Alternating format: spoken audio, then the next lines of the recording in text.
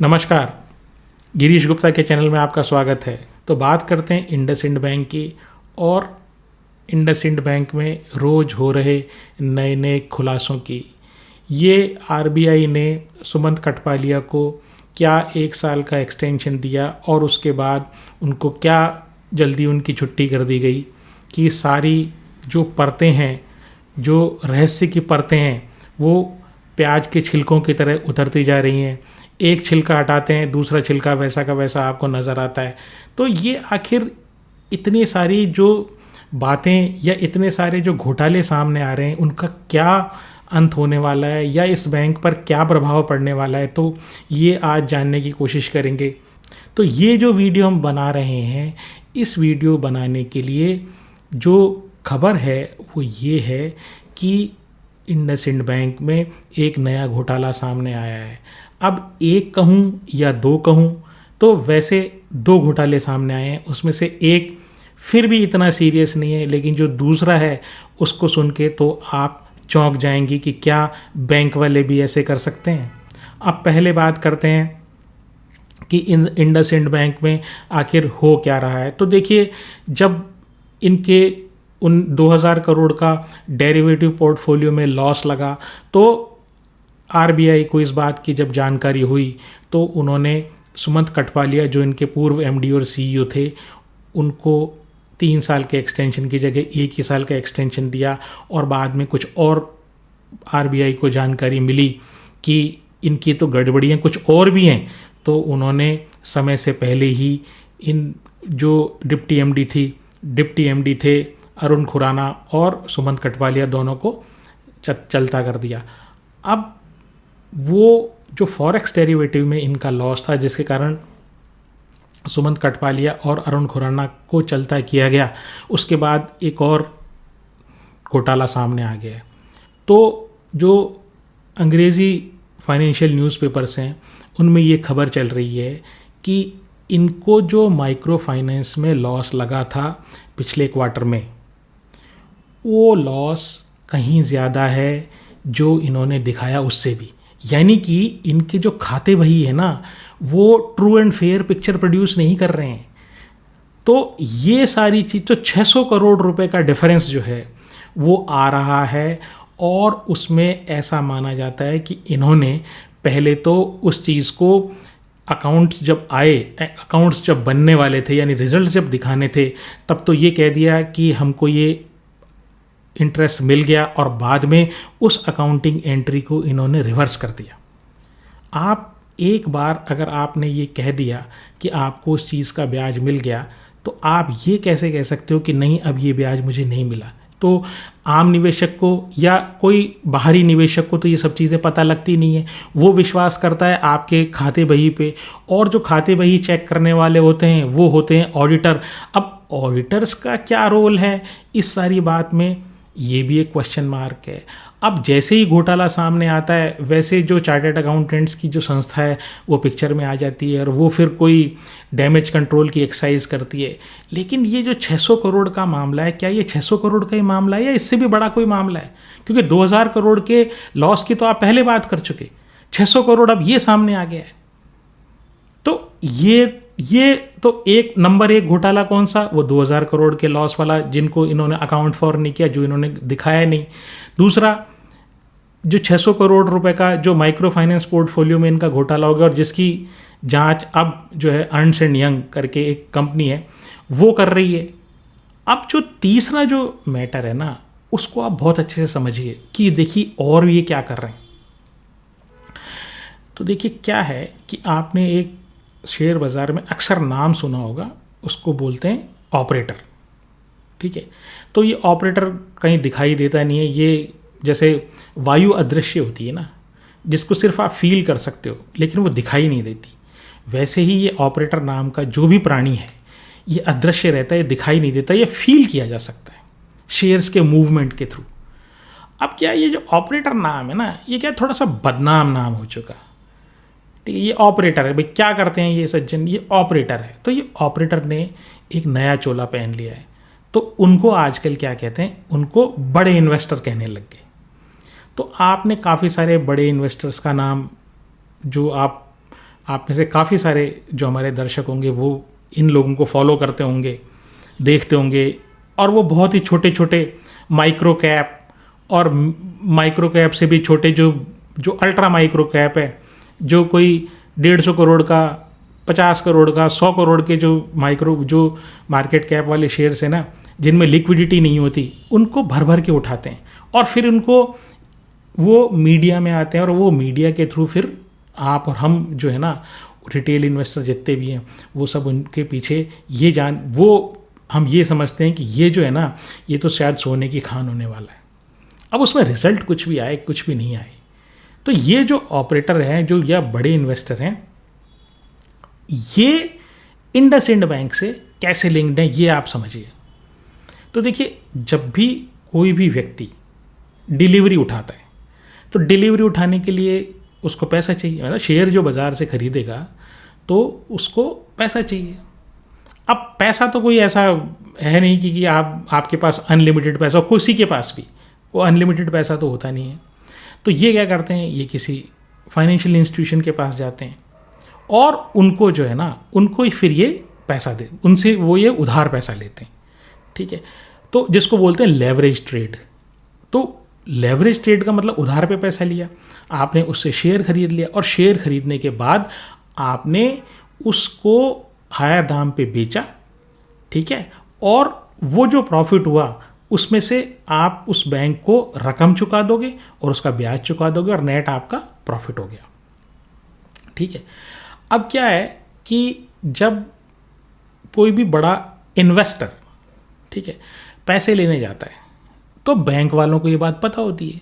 अब वो जो बड़ा इन्वेस्टर है वो छोटी मोटी रकम तो लेता नहीं है, 100, 200, 500, 1000 करोड़ तो कम से कम लेगा, इतना बड़ा अगर उसको 3-4 कंपनियों के शेयर उठाने हैं तो, ठीक है। और कौन से शेयर उठाए जाते हैं, वो शेयर उठाए जाते हैं जिनमें उन ऑपरेटर्स या बड़े इन्वेस्टर को कोई इंटरनल खबर होती है।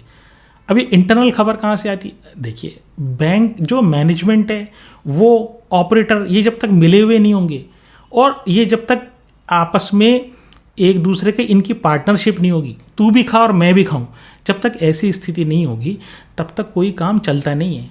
आप सोचिए ऑपरेटर अकेला खा जाएगा, ऐसा नहीं है।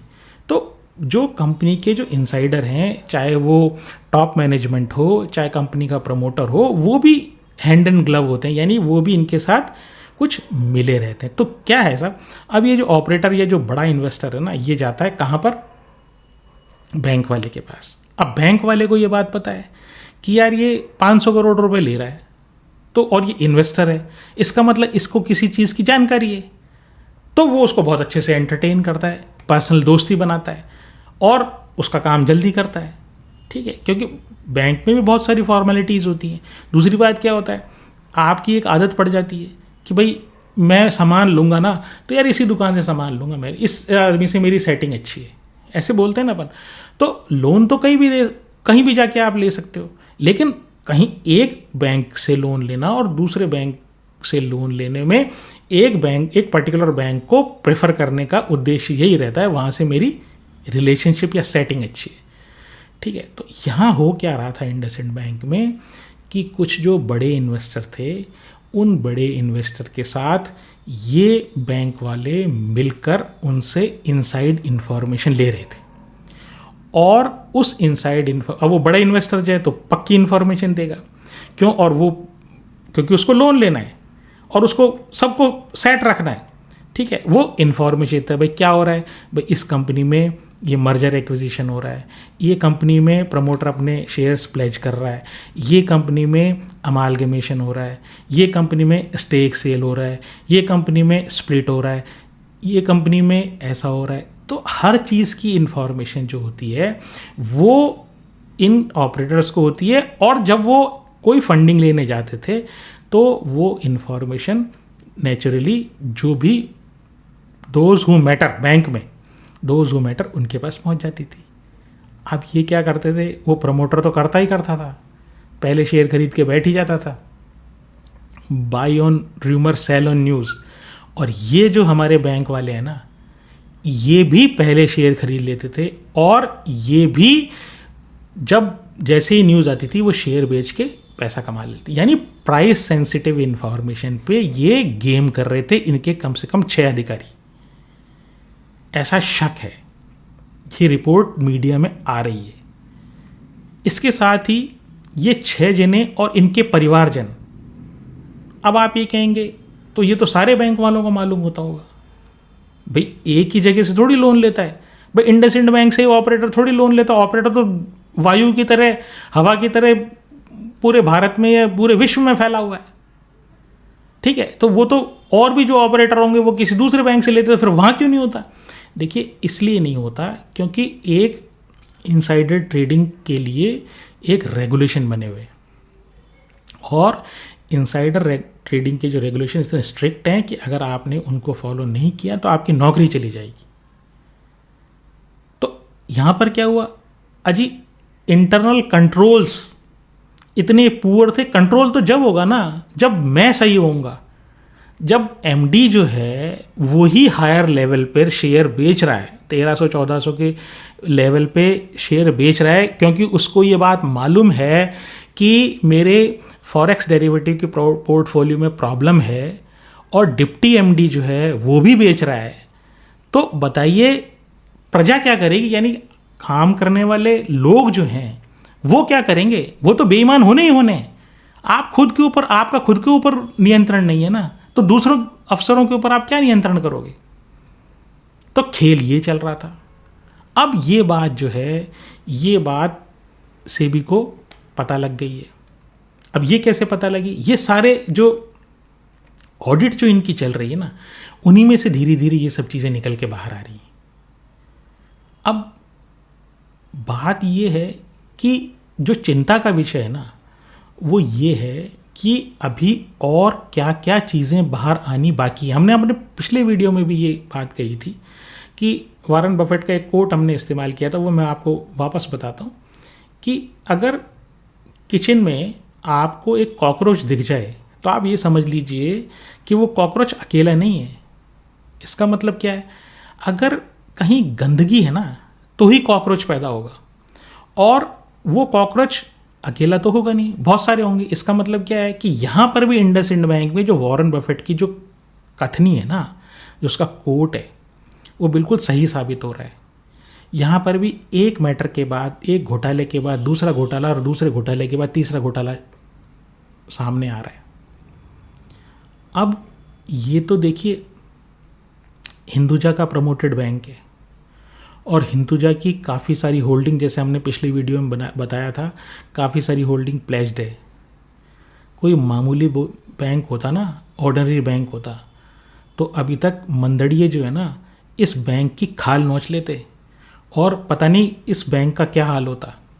लेकिन चूंकि हिंदुजा प्रमोटेड है तो वो साम दाम दंड भेद जो भी उनको करना है, ठीक है, अब आप समझ ही होंगे क्या करना है उनको, तो वो जो भी करना है वो इस शेयर का भाव प्रोटेक्ट करके रखेंगे, क्योंकि उनकी शेयर होल्डिंग, बहुत सारी शेयर होल्डिंग प्लेज्ड है, और अगर नीचे गिर गया शेयर तो ये समझ लीजिए कि उनकी होल्डिंग जो है ना बाज़ार में बिकने के लिए आ जाएगी।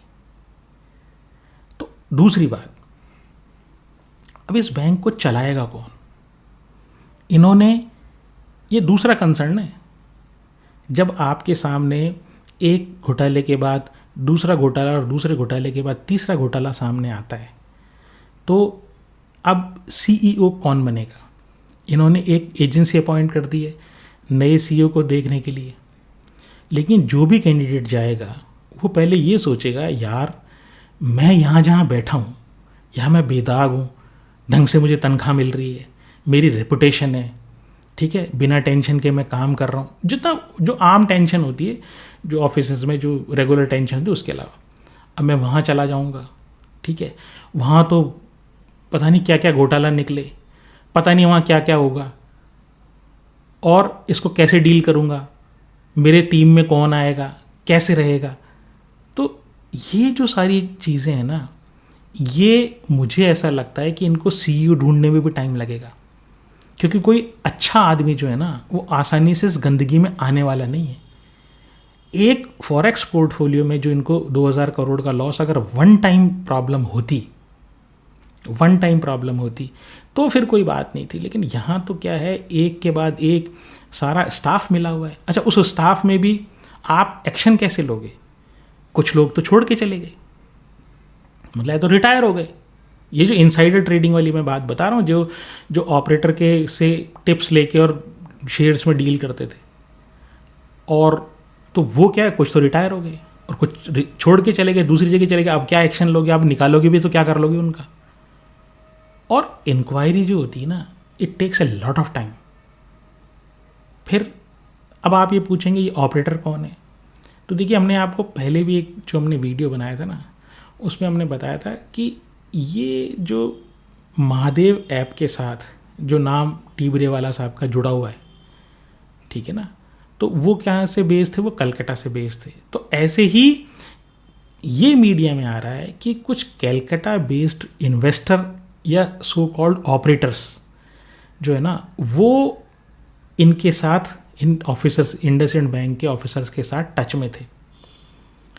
और इन्होंने, जो मीडिया में सामने आ रहा है, इन्होंने केशोराम इंडस्ट्रीज़ में, बिरला टायर्स में, मैक्लॉयड रसल में और एवरेडी इंडस्ट्रीज़ में, तो ये सारे कंपनीज़ में जो है ना, कम से कम ये सामने आया कि इन सारी इंडस्ट्री में तो इन्होंने प्राइस सेंसिटिव इंफॉर्मेशन को लेके पहले शेयर खरीदा है और न्यूज़ आने के बाद उन शेयर्स को बेच दिया है और ऐसे प्रॉफिट कमाया है। तो यहाँ पर अब आप ये कहेंगे कि भाई अब करना क्या है? तो देखिए, अगर आप ऑलरेडी इन्वेस्टेड हैं और आपने पहले से ले रखा है, तो कुछ करने की आवश्यकता नहीं है। थोड़े दिन आपको इंतज़ार करना पड़ेगा जब तक ये गंदगी साफ़ नहीं हो जाती। लेकिन अगर आप लेने की सोच रहे हैं, मैं कभी वैसे लेने या बेचने की राय नहीं देता, लेकिन फिर भी मैं आपको ये कहूँगा कि देखिए, बहुत सारे और बैंक्स भी हैं, तो आप ये नीचे आप तभी लें जब कंपनी अच्छी हो। लेकिन यहाँ आगे क्या निकल के आएगा, कहाँ किसके ऊपर एक्शन होगा, कौन नया मैनेजमेंट आएगा, और जैसे मैंने पिछले वीडियो में बताया कि मैनेजमेंट पहले गंदगी साफ़ करेगा और भी कुछ इनके होंगे ना, एनपीएस उसको निकाल के बाहर करेगा। तो अभी फ़िलहाल मुझे ऐसा लगता है कि आपको कोई एक्शन नहीं लेना है इसमें, स्पेशली खरीदने का एक्शन, ठीक है। अब आप में से कुछ क्वेश्चन लोग ऐसे जो दर्शक होंगे, कुछ ऐसे भी होंगे जिनका इसमें डिपॉजिट होगा, फिक्स डिपॉजिट करा रखा हो या अकाउंट होगा। तो आप पूछेंगे कि भाई अकाउंट का क्या करना है? तो देखिए, अकाउंट्स में कोई ऐसी प्रॉब्लम है नहीं, डिपॉजिट्स इनके कहीं जाने वाले हैं नहीं, ठीक है। ज़्यादातर जो ये इश्यूज़ सामने आ रहे हैं ना, इनसाइडर से रिलेटेड, ये कॉर्पोरेट गवर्नेंस से रिलेटेड इश्यूज़ हैं। और जो कॉर्पोरेट गवर्नेंस से रिलेटेड इश्यूज़ होते हैं ना, अभी तक जो सामने आए हैं, आगे कुछ और आ गया तो वो मैं कह नहीं सकता। फिलहाल कि ये जो है ना, ये जितने लॉसेस हैं वो मैनेजेबल हैं। 2000 करोड़ का इनका लॉस जो था फॉरेक्स डेरिवेटिव में था, 600 करोड़ के जो इनकी इरेगुलरिटीज़ जो बता रहे हैं, तो 2600 करोड़ की जो इनकी जो बुक जो है वो हिट लेगी, या इसमें से मान ली 2600 करोड़ टोटल लॉस भी मान लेते हैं, तो इतना सफिशिएंट स्ट्रॉन्ग बैंक है कि आपके डिपॉजिट को कुछ नहीं होने वाला। तो डिपॉजिटर्स जो हैं वो बिल्कुल सेफ़ हैं। और वैसे आरबीआई है ही, जब उसने यस बैंक जैसे बैंक को नहीं डूबने दिया, तो ये तो अभी बहुत स्ट्रॉन्ग बैंक है, ऐसा कुछ है नहीं। लेकिन लोअर लेवल पे आप जब खरीदने की सोचें ना, मैं फिर आपको बोल देता हूँ कि जब इसमें थोड़ी सी क्लैरिटी आ जाए ना, तब आप इस पर देखिएगा। बाकी बहुत अच्छे बैंक बहुत अच्छे से परफॉर्म कर रहे हैं, तो आप उनको देखिएगा। खरीदने बेचने की किसी भी शेयर में मेरी कोई राय नहीं है। अगर आपको मेरा ये प्रयास पसंद आता हो तो आप चैनल को सब्सक्राइब करें, वीडियो को लाइक करें और शेयर करें। और अगर आपको वीडियो के बारे में या स्टॉक मार्केट के बारे में कोई कमेंट करना है या कोई जानकारी लेनी है, तो आप कमेंट सेक्शन में कमेंट करके मुझे जानकारी दे सकते हैं, अपने विचारों से अवगत करा सकते हैं, या आप कोई क्वेश्चन पूछ सकते हैं। तो चलिए क्वेश्चन आंसर का सिलसिला शुरू करते हैं। तो देखिए, आज का जो क्वेश्चन है वो गुरी सिंह जी ने पूछा है एफकॉम होल्डिंग्स के ऊपर। अब आप में से बहुत से लोगों ने एफकॉम होल्डिंग्स का नाम नहीं सुना होगा। देखिए, वो इस कारण से है कि ये जो कंपनी है ना, ये एक माइक्रो कैप कंपनी है और बीएसई एसएमई प्लेटफॉर्म पे लिस्टेड है, ठीक है। तो जो छोटी कंपनीज होती है ना, वो बीएसई एसएमई प्लेटफॉर्म पे लिस्टेड होती हैं। और इन एनएसई में ये जो छोटी कंपनी की लिस्टिंग जो होती है ना, उनको एनएसई एमर्ज प्लेटफॉर्म बोलते हैं, एक मेन बोर्ड प्लेटफॉर्म बोलते हैं जिसमें आप और हम जो शेयर खरीदते और बेचते हैं, एक एसएमई प्लेटफॉर्म है। तो एनएसई में वो जो एसएमई प्लेटफॉर्म है उसका नाम है एनएसई एमर्ज, और जो बीएसई में वो प्लेटफॉर्म है उसको बोलते हैं बीएसई एसएमई प्लेटफॉर्म। तो ये बीएसई एसएमई प्लेटफॉर्म पे कंपनी लिस्टेड है। एक और मैं आपको जानकारी दे दूँ कि जितनी भी छोटी कंपनीज होती हैं, इनकी जो डीलिंग होती है, इनका लॉट साइज एक नहीं होता। जैसे आप शेयर बाज़ार में अपन जाते हैं तो एक शेयर खरीद लेते हैं अपन, तो यहाँ पर इनका एक पर्टिकुलर लॉट साइज होता है, ठीक है। वो लॉट साइज, जैसे इस कंपनी की जो बात करूँ तो इस कंपनी का जो लॉट साइज़ है ये 240 शेयर का, यानी कि आप या तो जो 240 शेयर खरीदोगे या आप इसके मल्टीपल में खरीदोगे, यानी 240 का या तो डबल खरीदोगे या 240 का ट्रिपल खरीदोगे, क्योंकि 240 से कम शेयर नहीं मिल सकते आपको, और ज़्यादा अगर आपको लेने हैं तो 240 के मल्टीपल में ही आपको लेने। तो ऐसा क्यों किया गया? ऐसा इसलिए किया गया है कि जो रिटेल इन्वेस्टर और छोटा इन्वेस्टर है ना, वो जो है इस बारे में जागरूक रहे कि जो ऐसी कंपनीज होती हैं इनमें डीलिंग करना रिस्की होता है। अब रिस्की क्यों होता है? देखिए, बहुत ही छोटी कंपनीज होती है, अनस्टेबल कंपनीज होती हैं। जैसे छोटा पौधा होता है, तो छोटा पौधा जो है वो चाहे, देखिए पीपल का पेड़ आप देखिए, पीपल का जो पेड़ होता है उसको जब वो बड़ा हो जाता है तो आप कितना भी उसको हटाने की कोशिश करें, उसकी जड़ें कभी ख़त्म नहीं होती, कितना भी कोशिश कर लें आप, ठीक है। लेकिन अगर वही जो पीपल का पौधा जब छोटा होता है ना, जब किसी छोटी सी दरार में वो उगरा होता है, तो आप एक बार में उसको काट के फेंक सकते हो। तो वो जो कंडीशन है छोटी कंपनीज में, जो मोर्टेलिटी रेट होती है, जो कंपनीज के ख़त्म होने की या कंपनीज के बंद होने की जो रेट होती है वो बहुत ज़्यादा होती है। इसलिए सरकार या सेबी का ये प्रयास होता है कि कम से कम छोटे पैसे वाला आदमी इसमें नहीं आए, इसलिए उसमें अमाउंट जो है ना वो बड़ा कर देते हैं। जैसे इसमें 240 का लॉट है और लगभग 670 के आसपास भाव है, तो लगभग आपको एक बार में 1,60,000 तो इन्वेस्ट करना ही करना पड़ेगा। और इसके बाद जब आपको इससे ज़्यादा, अगर 240 से ज़्यादा शेयर खरीदने तो सीधे 480 शेयर खरीदने, तो आपको आपका जो आउटले है या जो आपका पैसा है ना, वो सीधे 3,20,000 रुपये की रिक्वायरमेंट आपको होगी, ठीक है। तो ये रीज़न है इसमें। तो ये मैं फिर बता दूं कि जो एफकॉम होल्डिंग्स है ये बेसिकली बीएसई एसएमई प्लेटफॉर्म पे लिस्टेड है। इसका बिजनेस मॉडल बड़ा इंटरेस्टिंग है। तो देखिए क्या है ये एक एयरलाइन कंपनी है, ठीक है। अब एयरलाइन कंपनी है तो वो या तो पैसेंजर ले जा सकती है या ये कार्गो ले जा सकती है। तो देखिए इन्होंने क्या है, अपने बिजनेस को कार्गो के लिए डिज़ाइन किया। अपने बिजनेस जो है ना ये कार्गो ले जाते, तो ये स्टैंड अलोन कार्गो एयरलाइंस है, यानी सिर्फ कार्गो में काम करती है, ये पैसेंजर नहीं ले जा सकती, सामान ले जाती है। दूसरी बात ये इनकी जो सर्विस है वो airport to airport cargo service है। एयरपोर्ट टू एयरपोर्ट का मतलब क्या हुआ? देखिए, जब आप कोई माल एक देश से दूसरे देश भेजते हैं, ठीक है, ये बेसिकली, पहले मैं ये बता दूं आपको कि ये जो है ना, ये इंटरनेशनल फ़्लाइट्स, इंटरनेशनल माल सप्लाई करती है। मतलब जो फ़्लाइट्स इनकी हैं वो यहाँ भारत से बाहर और वहाँ से भारत में, यानी एक्सपोर्ट इम्पोर्ट के कार्गो को ये डील करती हैं। अब यहाँ पर क्या है कि ये आसियान कंट्रीज़ को केटर करती है। आसियान कंट्रीज़ कौन सा हुआ? जैसे वियतनाम हुआ, थाईलैंड हुआ, मलेशिया हुआ, इस तरह के जो कंट्री, जो सिंगापुर उनका हब है, ठीक है। तो ये जो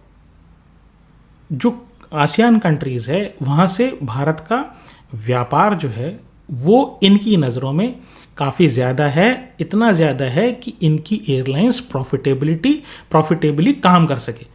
तो अब इन्होंने ये क्यों चुना? ये इनकी लाइकिंग है, ठीक है। तो सिंगापुर इनका हब है, यानी यहाँ से सिंगापुर जाता है और यहाँ, और सिंगापुर से कहीं और ये फ्लाई करते हैं। तो बेसिकली सिंगापुर के थ्रू आप ये समझिए, सिंगापुर सेंटर है और वहाँ से ये भारत से, या और सिंगापुर से कहीं और, सिंगापुर से मलेशिया, इसी तरह के ये फ्लाई करते हैं। अब दूसरी बात ये कि हाँ, जो मैं आपको ये बात बता रहा था कि ये airport to airport cargo service है। इसका मतलब क्या हुआ कि ये कहते हैं कि भाई आप जो है ना हमारे पास तो माल ले आओ, मतलब हम आपके वेयर हाउस से माल नहीं उठाएंगे, जैसे आपको एक्सपोर्ट करना है तो आपको आपका जो माल है ना आप हमारे एयरपोर्ट तक ले आओ, क्लियरेंस करा दो और हम उसको अपने जहाज़ पे चढ़ा लेंगे, फ्लाई करेंगे, उस देश तक पहुंचा देंगे, बस हमारी ड्यूटी ख़त्म। इसके बाद आपको कस्टम क्लियरेंस करानी है, आपको बाहर निकालना है उसको और आपको डेस्टिनेशन तक पहुंचाना है। तो ये पॉइंट टू पॉइंट, ठीक है, airport to airport cargo service है। फिर इन्होंने क्या कर रखा है कि भाई बिजनेस कैसे आएगा, इनके ऑफिसेस क्या हैं, तो उन्होंने क्या कर रखे हैं जहाँ जहाँ इनके जो आसियान कंट्रीज़ है ना, जहाँ ये फ्लाई करते हैं तो वहाँ पर इन्होंने अपने एजेंट्स, ठीक है, नियुक्त कर रखे हैं। जैसे अपन कुरियर वाले कोई अपन कुरियर के लिए करवाने जाते हैं तो चाहे आप DHL में जाएं, चाहे आप ब्लू डार्ट के पास जाएं या डिलीवरी के पास जाएं, तो अपन कार्गो बुक कराते हैं ना, सामान बुक करा देते हैं। तो वैसे इनके जो उसको बोलते हैं general sales and service agent, इन्होंने विभिन्न देशों में अपॉइंट कर रखे हैं और वहाँ से इनकी ये बुकिंग करवा लेते हैं। और बुकिंग मतलब सेल्स का तरीका इनका क्या है। फिर क्या है, अब आपके पास जब ये सारी चीज़ें होगी तो एयरक्राफ्ट भी चाहिए, तो इनके पास 2 बोइंग 737-800 BCF ये मॉडल है एक्चुअली, उसके 2 जहाज़ हैं जो इन्होंने ड्राई लीज पे ले रखे हैं और इनका जो टनेज है वो 22 टन टनेज है और 96 मंथ्स के यानी 8 साल के जो ड्राई लीज पे ले रखे हैं। अब ये ड्राई लीज क्या होता है, तो ड्राई लीज का मतलब ये है कि भाई सीधी सीधी तू यार मुझे जो एयरक्राफ्ट वाली कंपनी है ना, वो क्या होता है कि अगर एयरक्राफ्ट बेचने लग गई ना तो होता क्या है, लेने वाले बहुत कम होते हैं। तो अब उन्होंने मॉडल चेंज कर दिया। शुरू में तो वो बेचते थे जब बिल्कुल जो एयरक्राफ्ट चले थे। अब क्या हुआ, एयरक्राफ्ट का साइज़ बड़ा हो गया तो उनका जो कीमत है ना वो बहुत बढ़ गई। तो ये जितने भी एयरक्राफ्ट्स होते हैं ना, ये आप ये समझ लीजिए लीज़ पे चलते हैं, किराए पे चलते हैं। तो किराए पे आपने ले लिया, ठीक है, किराए पे ले लिया तो आप उसका इंश्योरेंस, उसका पेट्रोल, उसका क्रू, उसका जो मेंटेनेंस है, ये सब जो किराए पे ले रहा है ना वो भुगतता है। वो जिससे आपने किराए पर लिया है ना, वो तो खाली आपको हवाई जहाज दे देगा और उसकी जगह किराया ले लेगा। तो इसको ड्राई लीज बोलते हैं। तो अगर आप बोलोगे कि फिर कि भाई ड्राई लीज है तो फिर वेट लीज भी होती होगी, बिल्कुल होती है। अगर यही सारे काम यानी मेंटेनेंस का, इंश्योरेंस का, क्रू से रिलेटेड का, फ्यूल का, ये सारा खर्चा वो उठाए कौन सी पार्टी, हवाई जहाज देने वाली पार्टी, तो उसको वेट लीज बोलते हैं। अब आप कहोगे तो फिर वेट लीज पे लो ना, तो भाई वो ज़्यादा पैसे लेगा। ड्राई लीज का किराया कम, वेट लीज का किराया ज़्यादा। जैसे आप किसी कंपनी से शोफर ड्रिवन कार लोगे, ठीक है, और वही कहेगा कि भाई बात ये है कि फ्यूल व्यूल सब मैं दूंगा, तो आपका उसका किराया ज़्यादा होगा। एक वो ये कह दे कि भाई बात ये है कि तुम तो मेरी कार ले जाओ, कोई कंपनी हो वो ये कह दे भाई क्या कार ले जाओ और खर्चा सब सारा तुम देना, इंश्योरेंस भी तुम देना, ड्राइवर भी तुम रखना, चाहे तुम खुद चलाओ, मेंटेनेंस भी खुद करना और 5 साल बाद में रिटर्न कर देना और हर महीने का किराया ये। तो वो किराया जो होता है वो कम होता है कंपेयर टू उस किराए के जब उसमें ड्राइवर, मेंटेनेंस, फ्यूल, ये सब खर्चा शामिल हो। वो तो ऑफ कोर्स ये तो नेचुरल है। फिर ये क्या क्या ले जाते हैं, ये ले जाते हैं fruit, vegetable, pharma, priority, dangerous item, ठीक है, कोई केमिकल वगैरह कुछ हुआ, फिर हाई वैल्यू आइटम जैसे गोल्ड है, सिल्वर है, ऑर्नामेंट्स हैं, ठीक है ये। और ये कहते हैं देखिए हमारी जो है ना वो स्पेशलिटी ये है कि हम छोटी कैपेसिटी का सामान लेंगे लेकिन हम 24 घंटे में पहुंचा देंगे। वो स्पीड पोस्ट वाला काम, ठीक है, कि भाई जल्दी पहुंचा दो, मोर फ्रीक्वेंट फ्लाइट्स, ज़्यादा फ्लाइट्स, लेकिन जल्दी पहुंचा देंगे, ठीक है।